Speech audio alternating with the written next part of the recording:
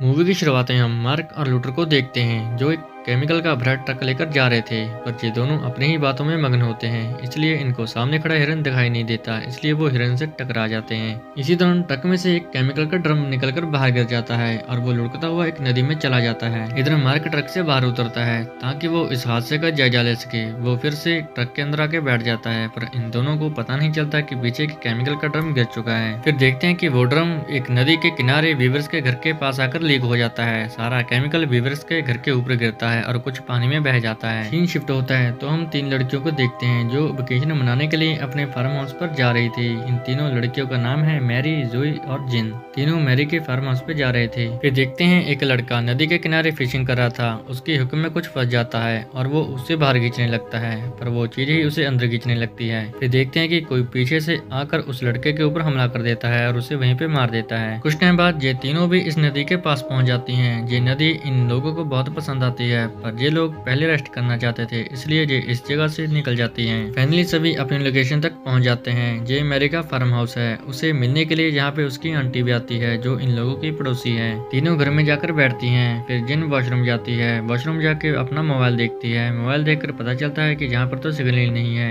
मतलब वो लोग बाहर किसी से कनेक्ट नहीं कर सकते थे। फिर कुछ देर बाद ये तीनों चिल करने के लिए बाहर आती हैं और जाके नदी में नहाने लगती हैं। यहाँ पर इन लोगों को वीवर्स का घर दिखाई देता है। ये तीनों उस घर के पास पहुंच जाती हैं। यहाँ पर इन लोगों को कुछ हरा हरा केमिकल दिखाई देता है, पर इन्हें लगता है कि ये वीवर्स का पेशाब होगा, पर इन लोगों को जहाँ पर कोई भी वीवर्स दिखाई नहीं देता। पर अचानक से इनके सामने एक बड़ा सा भालू आ जाता है जो इनके ऊपर हमला करने वाला था। ये तीनों बहुत डर जाती हैं। इन लोगों की किस्मत बहुत अच्छी थी, वहाँ पर एक हंटर था जो गोली चलाकर भालू को जान से भगा देता है। ये तीनों उस हंटर का शुक्रिया अदा करती हैं। हंटर इन लोगों को अलर्ट करता है कि यहाँ पर वीवर्स बहुत खतरनाक है, तुम लोग वीवर्स से बचकर रहना। फिर हम रात का सीन देखते हैं। ये तीनों रात में मस्ती भरी बातें कर रही थी, पर अचानक से बाहर से डरावनी आवाजें आने लगती हैं। ये तीनों बाहर जाकर देखती हैं। ये कोई और नहीं बल्कि इन तीनों के बॉयफ्रेंड हैं। वो भी इनको फॉलो करते हुए इनके पीछे आ गए।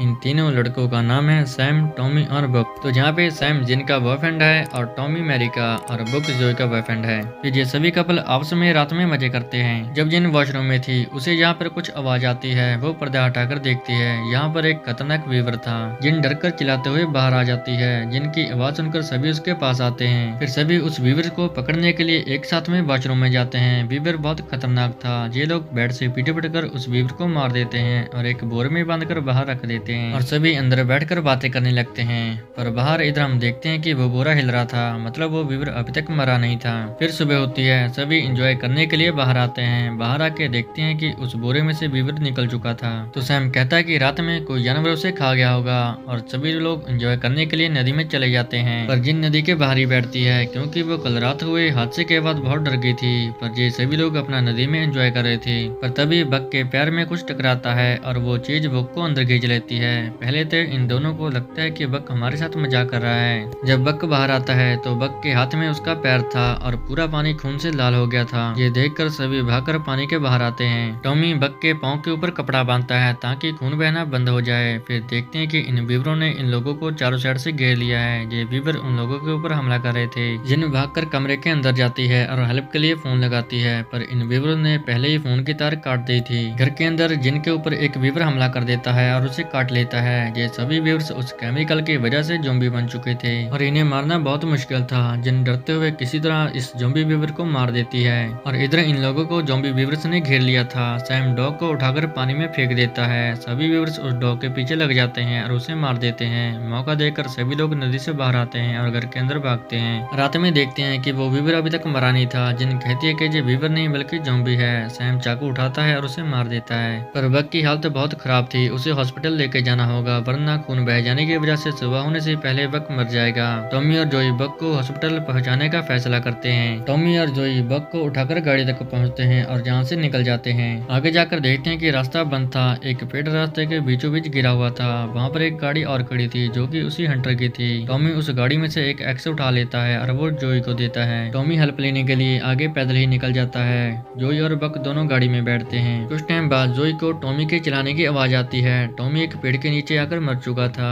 ये पेड़ उन वीवर ने ही उसके ऊपर गिराया था। ज़ॉम्बी वीवर जोई के ऊपर हमला करने लगता है तो फिर से हंटर उसे शूट कर देता है और जोई बच जाती है। फिर ये दोनों हंटर की गाड़ी में बक को लेकर वापस घर की ओर निकल जाते हैं। इधर देखते हैं कि ज़ॉम्बी वीवर्स ने घर के ऊपर हमला कर दिया है। इन लोगों ने घर के अंदर से खिड़की दरवाजे पूरी तरीके से लॉक कर दी थी। इधर ये लोग भी बक को लेकर वापस आ चुके थे। दरवाजा खटखटाते हैं। मैरी कहते हैं कि हम लोगों ने दरवाजा पूरी तरीके से लॉक कर दिया है और दरवाजा खोलना बहुत मुश्किल है। तुम लोग मेरी आंटी के घर चले जाओ। जोई बक को उठाकर आंटी के घर की ओर बढ़ने लगती है और हंटर इन वीवर का मुकाबला कर रहा था। ये लोग घर तक पहुंच घर के अंदर जाते हैं। घर के अंदर आवाज लगाने पर वहाँ पे कोई नहीं सुनता। उन्हें यहाँ पर एक आदमी की लाश मिलती है। जे मैरी के अंकल हैं। इन्हें भी वीवर्स ने मार दिया था। हंटर ऊपर वाले कमरे में जाकर देखता है। वहाँ पर भी एक लेडी की लाश थी और जे मैरी की आंटी थी जिसे हमने मूवी के स्टार्टिंग में देखा था। जोई बक के पैर को बर्फ से कवर करके रखती है ताकि फिर से उसके पाँव को जोड़ा जा सके। पर हंटर कहता है कि इस चीज का कोई फायदा नहीं, बक की जान नहीं बच सकती। वो सुबह तक खून बहने की वजह से मर जाएगा। अगर हम लोग रात में बाहर गए तो ये ज़ॉम्बी वीवर्स हमें मार देंगे।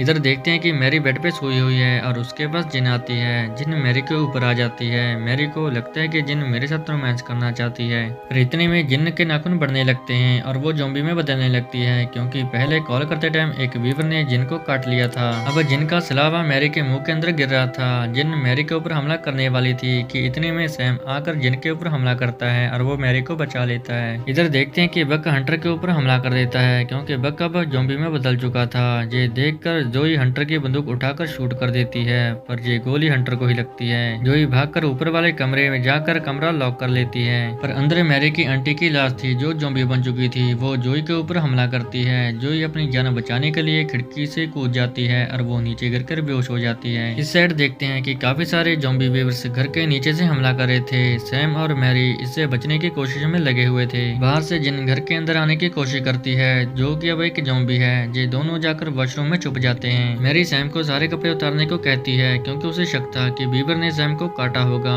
तो सैम सारे कपड़े उतार देता है। फिर सैम भी मैरी को सारे कपड़े उतारने के लिए कहता है। मैरी भी कपड़े उतार देती है। इस तरह ये दोनों एक दूसरे को देखकर आपस में मजे करने लगते हैं। इधर देखते हैं कि वीवर्स की वजह से पूरे घर में आग लग जाती है। इधर वॉशरूम के नीचे से जिन सैम के ऊपर हमला कर देती है और सैम की यहीं पर डेथ हो जाती है। पर मैरी वॉशरूम के बाहर भाग जाती है। घर में पूरी तरह आग लगी हुई थी। बाहर जाने का कोई रास्ता नहीं था। तभी वहाँ पर गाड़ी लेकर जोई पहुंच जाती है और वो मैरी को लेकर जहाँ से निकलती है। आगे जाकर देखती है कि पेड़ गिरने की वजह से रास्ता बंद है। ये पेड़ ज़ॉम्बीज़ ने ही गिराया था। दोनों गाड़ी से बाहर उतरकर आगे जाने लगती है पर मैरी जोई के ऊपर गन पॉइंट कर लेती है और कहती है कि तुम बहुत जख्मी हो, तुम्हें जरूर वीवर्स ने काटा होगा और तुम ज़ॉम्बी में बदल सकती हो। तो जोई कहती है कि मुझे किसी वीवर ने नहीं काटा बल्कि मैं ऊपर से खिड़की तोड़कर नीचे कूदी थी इसलिए मैं जख्मी हूँ। पर इतने में उल्टा मैरी ही ज़ॉम्बी में बदल जाती है क्योंकि उसके मुंह के अंदर जिन का सलावा गिरा था जब वो ज़ॉम्बी में बदल रही थी। ये देख जोई मैरी के ऊपर एक्स से वार कर उसे वहीं पे खत्म कर देती है। फिर जोई अकेले ही आगे की ओर बढ़ने लगती है क्योंकि सभी लोग तो मर चुके थे। आगे जाकर जोई को एक ट्रक दिखाई देता है। वो ट्रक से हेल्प मांगने लगती है। ये ट्रक फिर से मार्क और लूटर का था और ये पहले की तरह ही अपनी बातों में मगन थे और वो जोई को नहीं देखते और अपने ट्रक से जोई को उड़ा देते हैं और यहीं पे ये मूवी खत्म हो जाती है। अगर मूवी अच्छी लगी हो तो आप हमें कमेंट करके जरूर बताएं और हमारे चैनल को सब्सक्राइब करना ना भूलना।